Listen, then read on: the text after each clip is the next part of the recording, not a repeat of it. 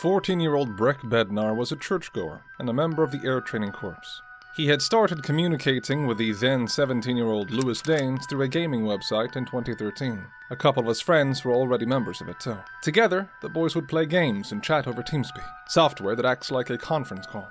But some of the gamers soon became concerned Breck was being controlled and turned against his family. Lewis had told the younger teens that he was a 17-year-old computer engineer. The impressionable schoolboys believed him when he said he ran a very successful company in New York.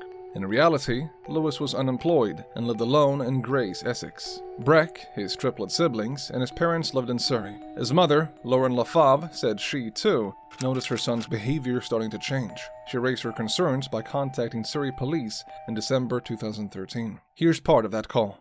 Good evening, Surrey Police. How can I help?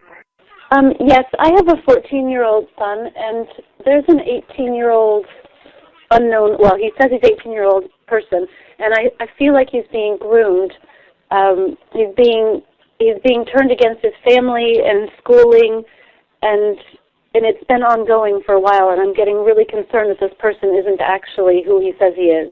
Lauren told them Lewis had reportedly given £2 million to the Syrian rebels, and he was teaching the teen boys about hacking. So, at the very least, it was a terrorist concern that she felt was not taken seriously. By that point, the mother of four had taken away all of Breck's technology, called the police, and held a meeting with his friends to speak about the potential danger. Lauren didn't know that Breck had recorded the gathering with an MP3 player that Lewis had bought him. Additionally, Lewis had secretly couriered a phone to the 14-year-old without his parents knowing. The Surrey Police Department promised to look into Lauren's concerns, but didn't do anything. They were later found to have acted negligently.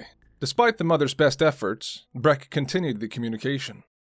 On the 16th of February, 2014, Lewis allegedly told the teen he was terminally ill and needed to pass his company over to someone he trusted. So, the 14-year-old took a cab to the killer's apartment. Breck had lied to his father about where he was going, saying he would be at a friend's house nearby. He later asked permission to stay overnight. Breck was never seen alive again. What happened at that apartment remains a mystery. At 1840, Lewis ordered a pizza. The next day at 11:06, he made this call to emergency services. Essex Police Emergency. Hi there. I need police and a forensics team to my address, please. What's happened? My friend and I got into an altercation, and I'm the only one who came out alive. Are you telling me you've killed somebody? Yes, I am. As he lay dying, Lewis sent photos to Breck's siblings. Although he claimed self-defense, when police arrived, they found the 14-year-old had been tied up with duct tape. Lewis's phones, hard drives, and pen drives, all encrypted, had been immersed in water. He refused to give the police access to passwords to any of the devices. The victim's bloody clothes were found in a garbage bag inside the Essex apartment. There was evidence of some sexual activity between the two before Breck was murdered. However, there's never been any specific information released about this aspect of the murder. Then, more damning allegations that should have been noted by the Surrey police came out the day after the murder. 3 years before befriending the teen boys, Lewis was accused of sexually assaulting a young boy and allegedly possessing inappropriate images of minors. Yet, despite the accusations, he was neither investigated nor prosecuted. Lewis Danes initially insisted that Breck Bednar's murder had been accidental, but detectives saw through his story. Then, in a surprise move before his trial, he changed his plea to guilty during his pre-trial hearing. In 2015, Lewis was given a 25-year sentence. The prosecution said that although the killer was only 18 when he committed the murder, he was a controlling and manipulative individual who planned out the crime. It stood out as one of the cruelest and most violent cases they dealt with. But that wasn't the end of the family's terror.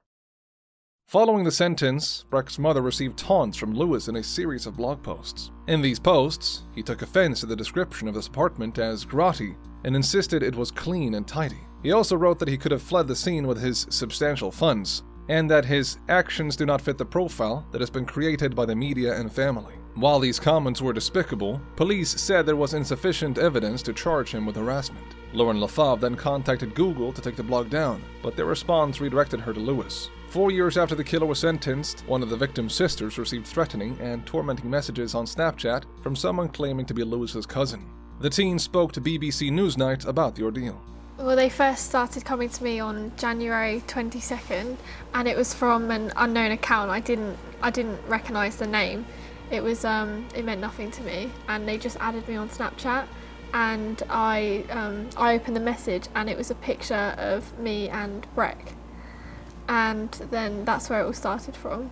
According to her, some of the messages read, "I know where your brother is buried, and I'm going to smash his tombstone." Police were once again contacted, but they told the LaFave family to just get some security systems. They told her to delete her social media and essentially go into hiding, but never helped the family. Even when the sibling received a follow request from Breck on Instagram, the social media company advised them that only the person being impersonated could have the fake profile removed, even though he was dead.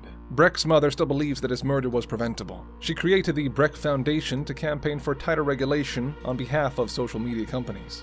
And the film, Breck's Last Game, was rolled out to high schools in the UK to encourage teens to be more vigilant about who they talk to online. As for Lewis Danes, he won't be eligible for release until 2039, when he'll be in his early 40s.